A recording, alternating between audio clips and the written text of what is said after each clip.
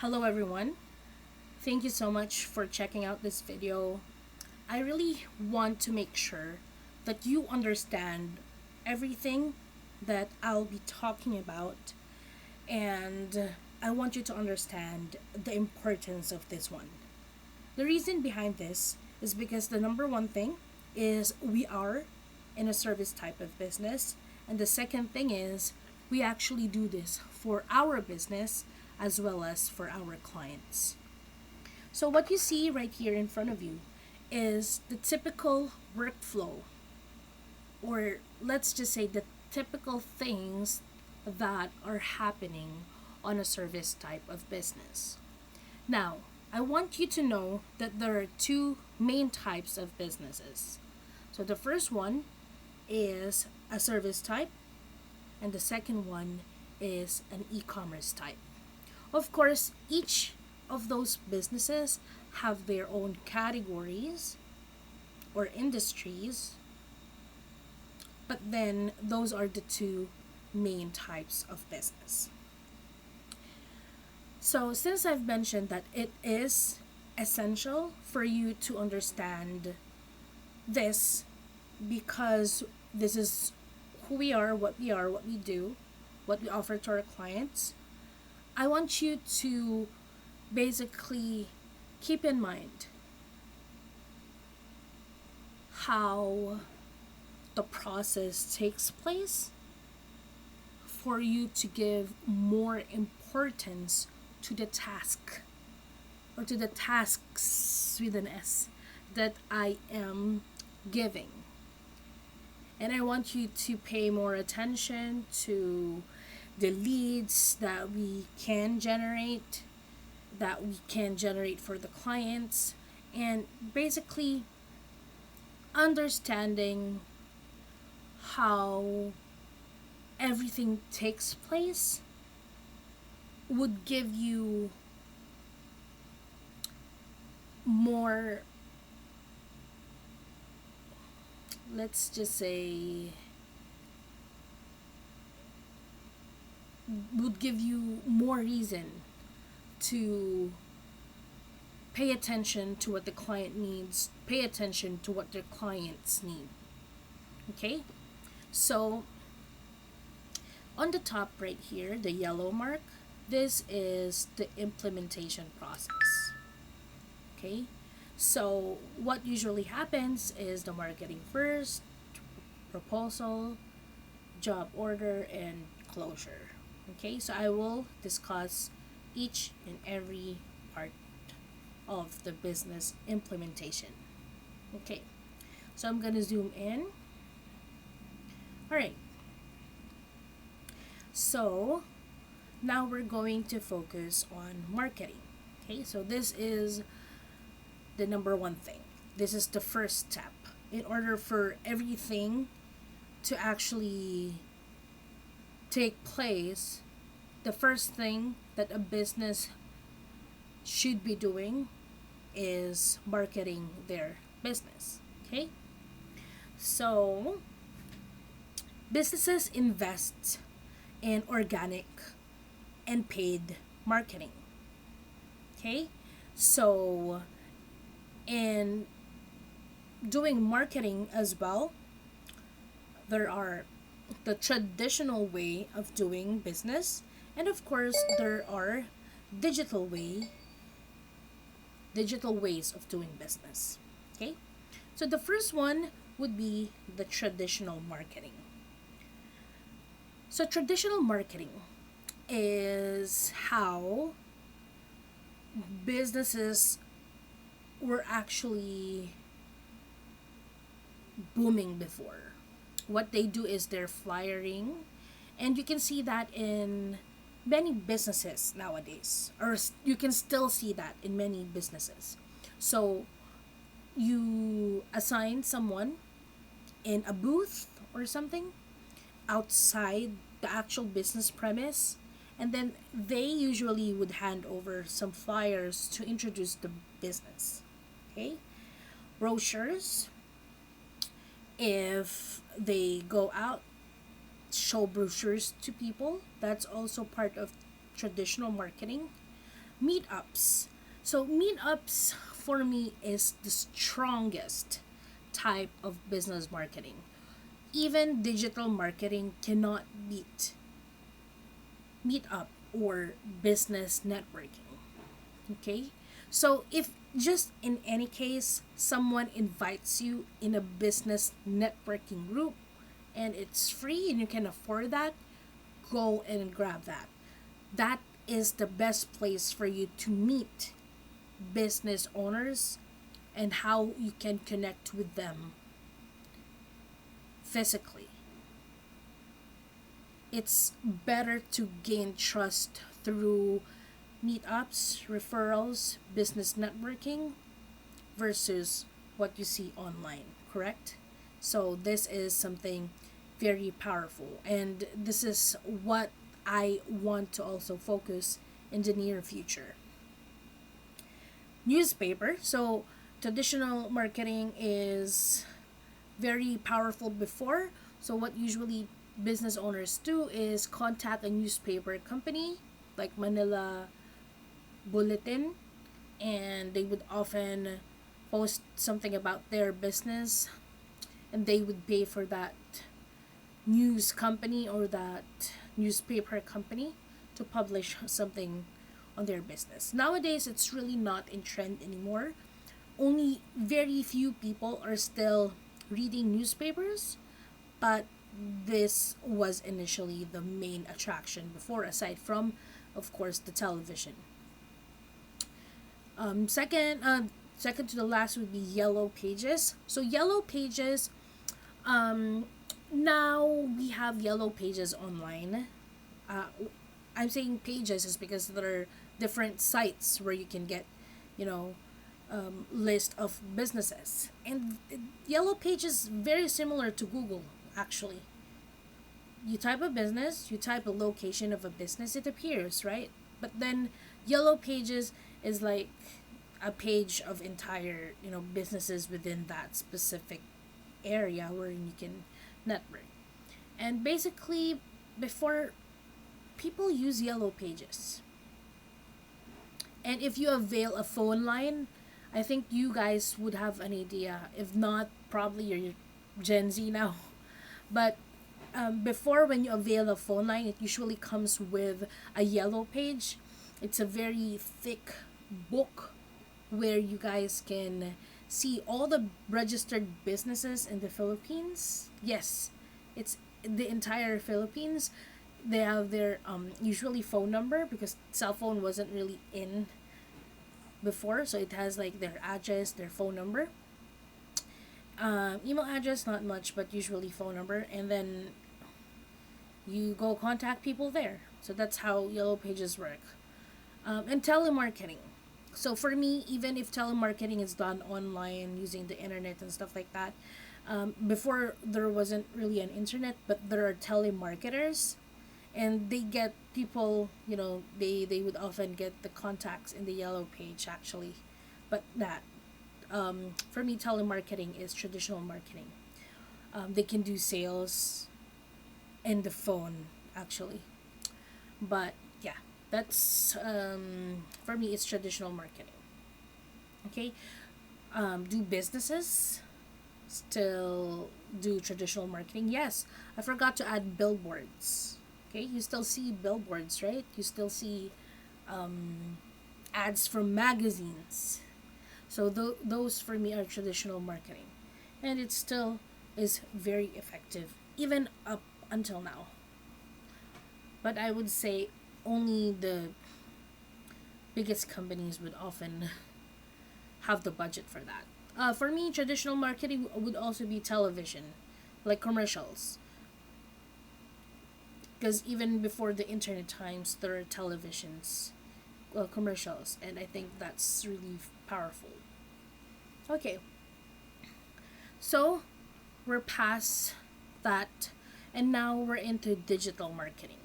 Okay, so digital marketing is what we actually offer to our clients. And I would say that nowadays digital marketing is really powerful. It's even more powerful than traditional marketing. And unlike Traditional marketing, digital marketing comes in a more affordable cost. Okay, so just to let you know, running a commercial would probably cost you two, um, 700,000 to 2 million per appearance, depending on the prime time slot. But that's usually how it works. Okay, so there are different types of digital marketing. What we offer and do for clients would be website, funnel or landing page design or builder. Even though,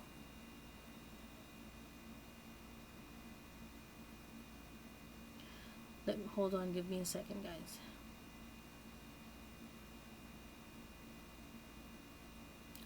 So I would say that um, even though website, funnel, landing page is not really a direct marketing, because it's usually a place where they land before where they land after they receive a marketing. It is still a form of marketing, because one way or another, this is the place that builds credibility, that builds trust, or that can often answer their most basic questions in regards to who you are as a business. Okay? Okay. So we have three things right here. We have website, funnel, and landing page. Actually, funnel and landing page, this is a website as well. Okay? It's just that it's named differently depending on the purpose. Okay? So, website is actually a place, okay, where you introduce your business to all of the people. It's public. This is the place where you introduce your business information to people. Okay, you write who you are, you write where you can be contacted, you write what kind of services you offer, you write what products you actually sell, etc., etc. That is a website. So a website is a combination of funnel, landing page. So a website is basically the main attraction, the main thing. Okay? Now, a funnel is a type of website that is meant for selling. Okay? So a funnel's purpose, that's why it's called sales funnel. Okay? It's also a website, it's type of website, but a funnel is actually intended for selling a product. Okay? Now, what is a landing page? Okay? Landing page is also a kind of website, a type of website, but the main focus of a landing page is to actually gather subscribers. It's meant to tell or inform about the brand, and its purpose is to have the visitors sign up or subscribe to the newsletter and eventually sell something to those subscribers. So that would be the difference of the three. Okay. Now, a website is your 24/7 customer service, because it's there. It tells them what is your business about. It builds your credibility as a legit business. You can install bots, you can install FAQs for them to know more about your business, and all the information that they need to know. So, it's part of digital marketing. Okay, so the second one would be social media. So in social media, there are two approach, but it's best to actually do both of them. This is what we offer to most of our clients. And social media marketing has really been very effective for a lot of business. Okay? So we usually do content creation, content scheduling. We actually share posts to different groups to increase engagement. We actually do send DMs to people to boost more connects or connection to people. Okay, so as you can see, there are two types, and I would say both would be very effective. So they often would say that organic social media marketing is really important for you to build trust, credibility to your social network. You build things organic if you want organic people to come approach you. So this is really effective, but I would say that the best way for you to get your business out there would be paid ads, of course. Paid ads is to bringing your business even to those who probably is not interested, but they think or social media think would be interested in your business soon. So organic is like the foundation, and I would say the ads is like the booster. So if you want to boost your business, you go for pays. But I would say that it's more effective if you have built your organic network first before you run into paid ads, because people would often doubt businesses that are not consistent, that doesn't answer their social media, doesn't post, etc. And of course the algorithm would be harder, and it's gonna be the the the click rate would be more expensive if you don't have a good foundation for the social media.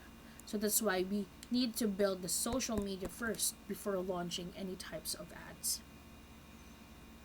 Okay?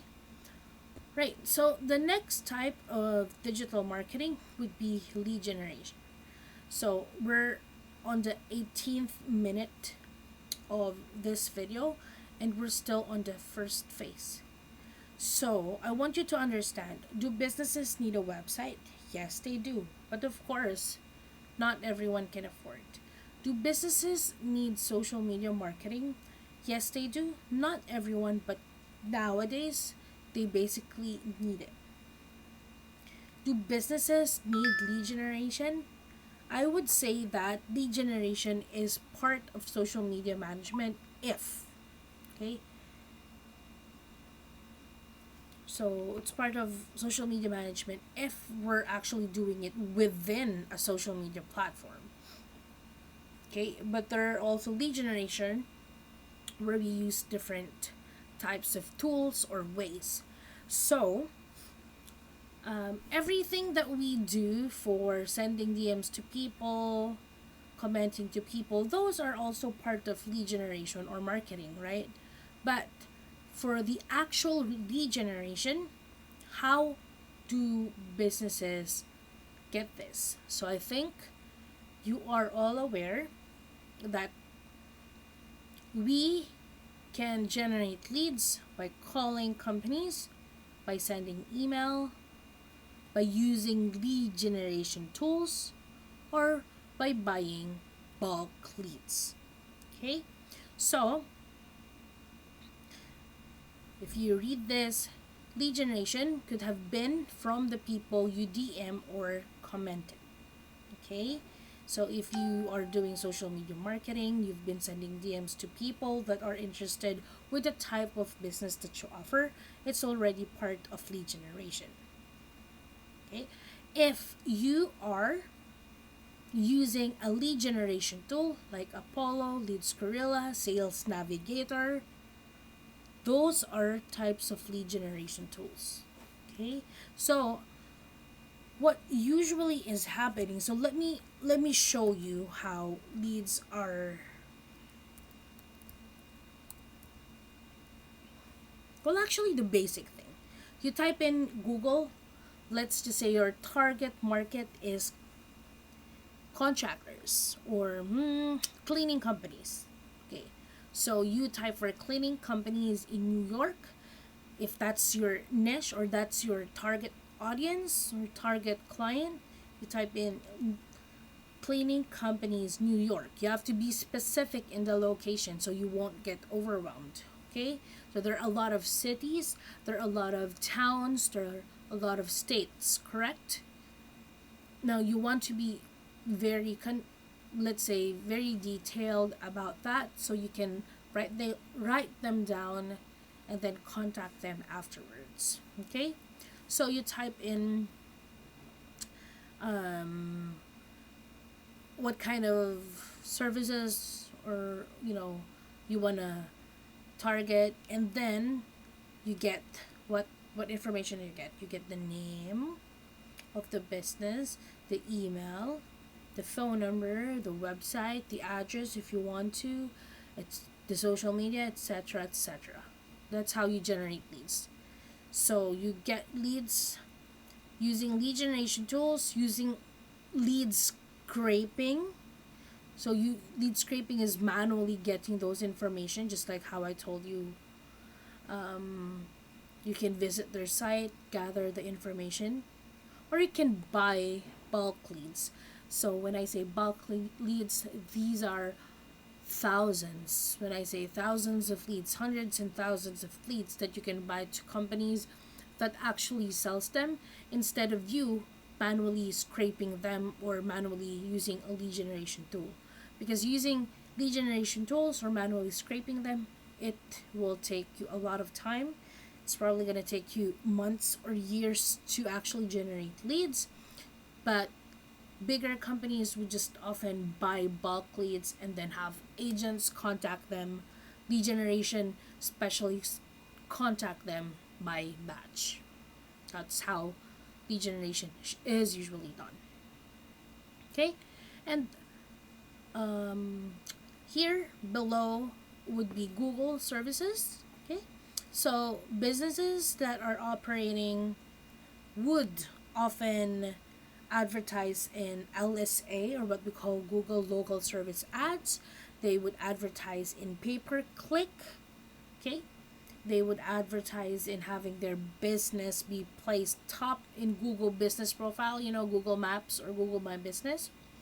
And the last one is most companies are paying for search engine optimization or SEO specialists. And that's how a business runs. Okay? How marketing runs. And the last is listing websites or making guest posts. So what would this one be? So it's like going to a specific page. For example, you go to Facebook, you go to Craigslist, you go to servicefinder.us, that okay, places where you can list your services and people would go there. That's part of marketing. You go to Yelp, register your business, you go to Angie's List, you go to whatever. Like there's a lot of what we call online citations. Okay, these are like the yellow pages, but it's called online citations. So businesses nowadays may not be doing traditional marketing, but I would say that all of the things you see right here, probably not all of the steps, but basically the main thing, I think businesses nowadays are investing into website, social media, lead generation, Google services. And I just want you to know we are just on the first part of getting a lead. We are just on the first part. So I want you to understand this. In order for a business to be able to have a sale or to be able to have a client, a business owner needs to spend for a website, for social media, for lead generation, for Google, for online listings, etc., etc. They have to do all of this first before being able to launch a business. I mean, for one person to be doing all of this is overwhelming. If what you do on your job is to only share post, is to only take orders from business owner, this is just the first part for them. That is why I want you to understand the importance of giving value to their business, of making yourself valuable for them so that they can continue availing our service, so that they can continue being able to gather more clients in order for their business to grow. Because if their business grows, remember, you will also be rewarded because you're part of the company. The more the business they get, the more people you get to help. The more hiring the company can do. And if they can do that, you and everyone can provide more opportunities for yourself, for other people, and basically it's something that you must understand. You must give importance to the leads of your clients so your client can grow, you grow, everyone else grows. Okay? All right. So once they have set up all of this, they will slowly have a stronger online visibility, a stronger consistency, a stronger online presence, a stronger process, a more systemized way of marketing their services. Once they are happy with this, all the things you see here will come through. Okay? So, let's go back. After we do marketing, we generate leads, correct? And if we generate leads, we go ahead and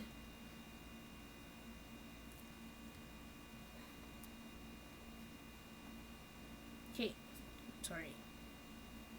So after we generate leads for them, very tedious way, the second thing that will happen is we have to nurture that lead. We have to pay attention to that lead. And what is the usual phase? So if we already get their attention through our marketing, we then would like to seal the deal. We would like to make business with them. Okay? And how do we do it? Of course, marketing is just the first step. If your marketing is good, but your sales process isn't, it's a problem on your business. You wouldn't be able to convert all of the marketing leads to a sale. That is why you must also polish your sales strategy. Okay, now If they are interested, they would usually schedule a consultation, discovery call, clarity call, a sales call with you or with your sales representative. Okay? And there are three types of leads for me. Okay? So the first type is an inbound lead. So who are the inbound leads? So these are the leads that came through your website, that came through your inbox, let's just say.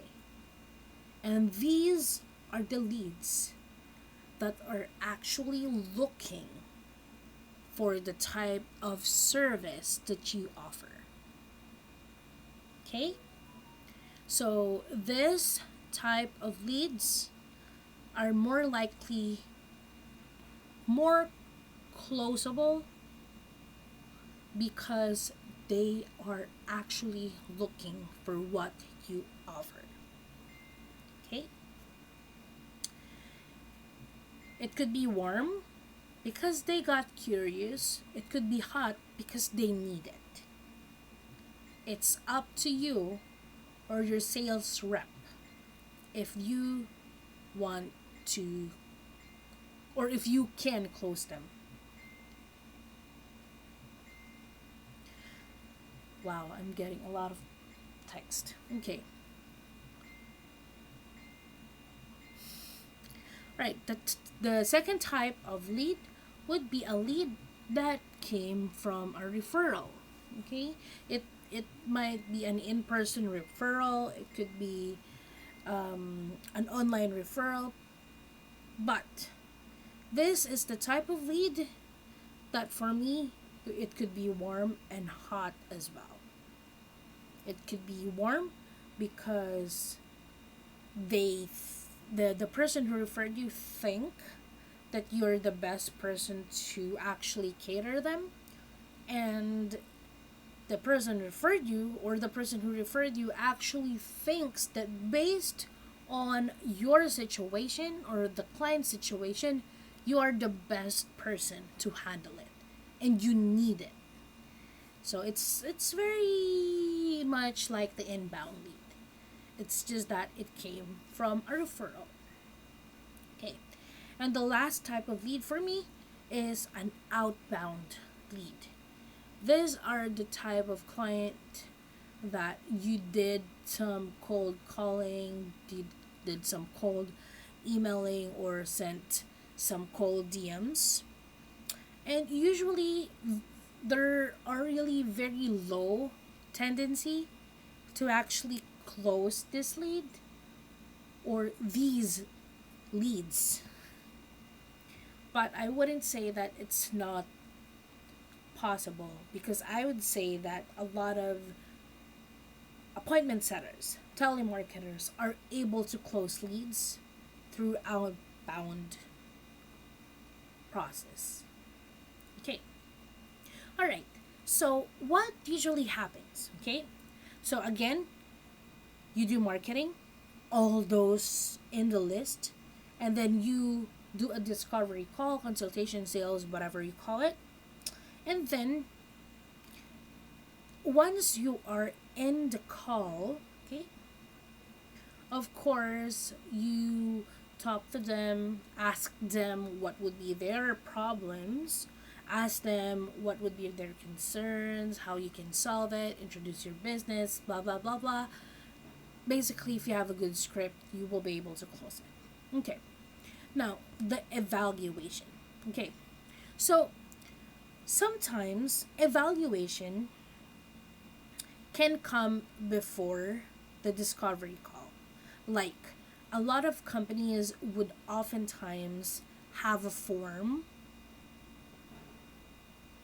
and clients would often fill out the form, and the business would oftentimes evaluate what's going on to the business, and then that's the time that they do a consultation. But there are also times that evaluation can take place after.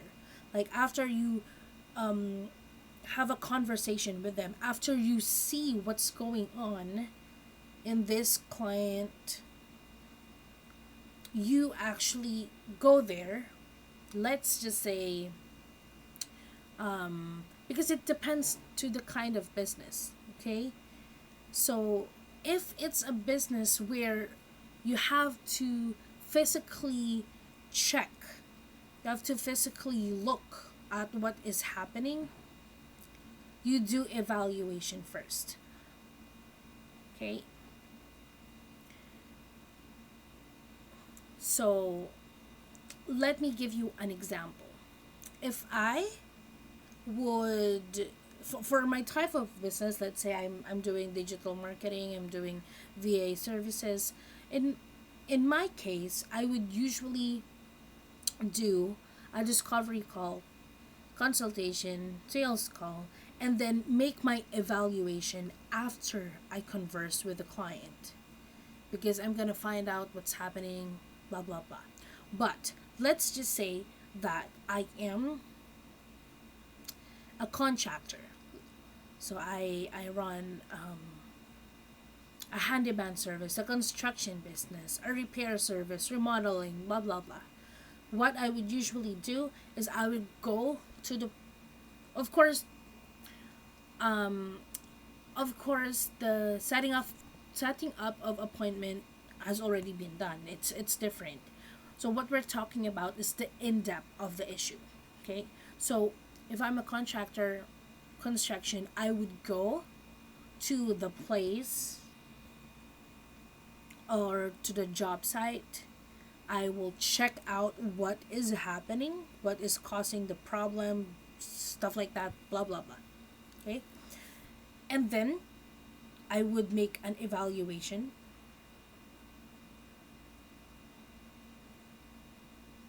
Okay, and then I would tell them what's going on. It could be in person, it could be, and then when you tell them what's going on, you will explain to them, this is the problem, the leak is blah blah blah, it might cause you roughly this, blah blah blah, this is what we're going to replace. You basically tell whatever, okay, whatever is the issue or are the issues. Okay, if you made your evaluation, you would or you should always send an estimate or proposal or quotation. If you see the word send a proposal, send an estimate, send a quotation. Okay, so after you evaluate, you write them what's going on, what are the materials that needed, what would be the dimension, width, height, blah blah blah, whatever. Okay, what would be the actual jobs that you need to do, elaborate it one by one. Or as a service, like for example, if I have a marketing company, you write down or all your plans, all of the things that you will do for his business, and you send that. Let's say you send that using PandaDoc, DocuSign. You send that using Jobber, Joyce. It depends on the CRM that you're going to use. Or if you're not using a CRM, you send it manually. You send it through email, by mail, and stuff like that. Okay? Now, once you sent the proposal, the next step is for them to sign it. You should never do a job first without them signing it, because that's your actual go sign. Okay, now it depends on the business rules or the business process, if they would do it with down payment or without down payment. But still, if it's signed, they are obligated to pay you for that. Okay, now Usually the transaction ends not with here, okay, not with here.